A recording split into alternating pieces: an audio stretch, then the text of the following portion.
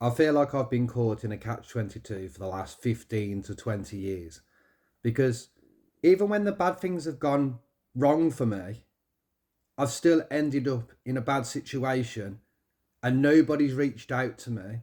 So when I've had this lack mindset based on the fact that I've been abandoned and dropped by my family, that's a natural feeling.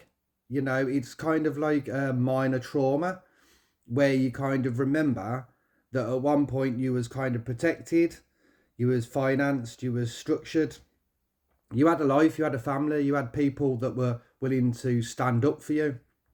When that all goes away, and then you've got other people that were against you outside of the family, let's say, for example, in a singing career or something that's competitive, that's when people they don't see the struggles that you had beforehand. And so that's the reason why you end up fighting harder yourself. And that's why everybody starts to dislike you because nobody stood up for you when you were homeless. Everybody understood you was homeless. Everybody understood that you had difficulties when it come to being born with autism, having ADD. Right? These aren't excuses. These are real things. But on top of that, being abandoned by your own family and then also being abandoned by the world and then being told that you're the worst person in the world whilst you was doing the trial of life, that's the point where I get really agitated and I get really frustrated because I think to myself it was a catch-22. For people that don't know what a catch-22 is, it's a condition that you can't get out of no matter what, because nobody is willing to be the empath. Nobody was willing to step up and say, we can't let this guy fall. Like I would have done for somebody that I knew in my, you see, I don't know people in my life that have fallen as far as me. So I haven't had to help them. And even if they did fall that far, I don't have the finances to structure to help to bring them back, if you know what I mean. But I didn't have any single person reach out to me. I also had a girlfriend that abandoned me. I had my whole family that abandoned me. They all went along with the agendas. They all went along with getting vaccinated. They all got masks. Then I got a job in Cyprus and I told the person that I was working for, I say not the boss, but the secretary, like the entertainment manager, I told them my difficulties. I said, look, I've just come out of homelessness. I don't want to go into details of why or how it happened, but I know the reason why it happened was because I'm standing up for the light and everybody else is part of the agenda because they do not want to accept that the world has fallen. They don't want to accept it. I've accepted it and I've sacrificed myself and I've lost a lot and then I've gained a lot again because God is on my side. Anybody that does the right thing in life, God will look out for you.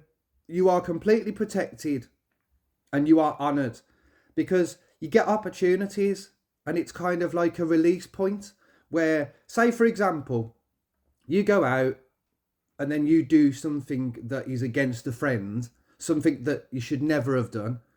God will see that. The Father sees that. Yeshua sees that. For the westernized people that only know Yeshua as Jesus Christ, that's who I'm talking about. I call him Yeshua because that's the real translation of the name Jesus Christ, and Christ is Christ consciousness. So for the people that do the right things, and we do, it looks on paper like I'm not. It looks like I'm the worst person in the world. I have far too many opinions that are forward and at people.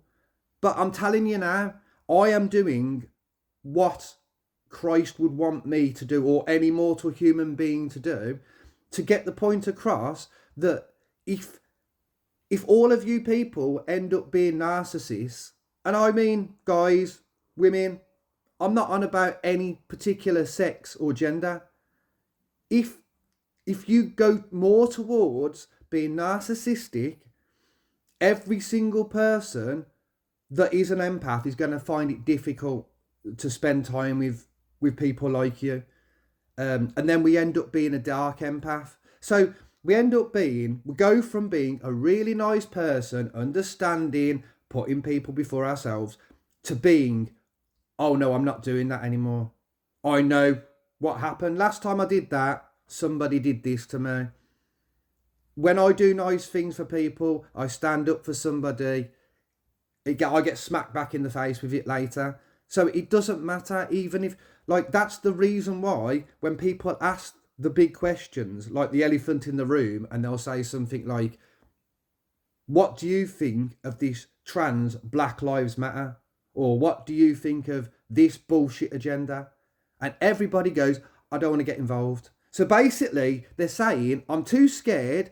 I don't want to upset anybody. I don't have my own opinion because I know that if I put something on social media, or if I put something, or if I say it in a community or group of people, and some LGBTQ plus people hear it, right? Apparently, I'm going to jail, or I'm going to go to court and have to pay a fine. What? Because the opinion is actually the truth.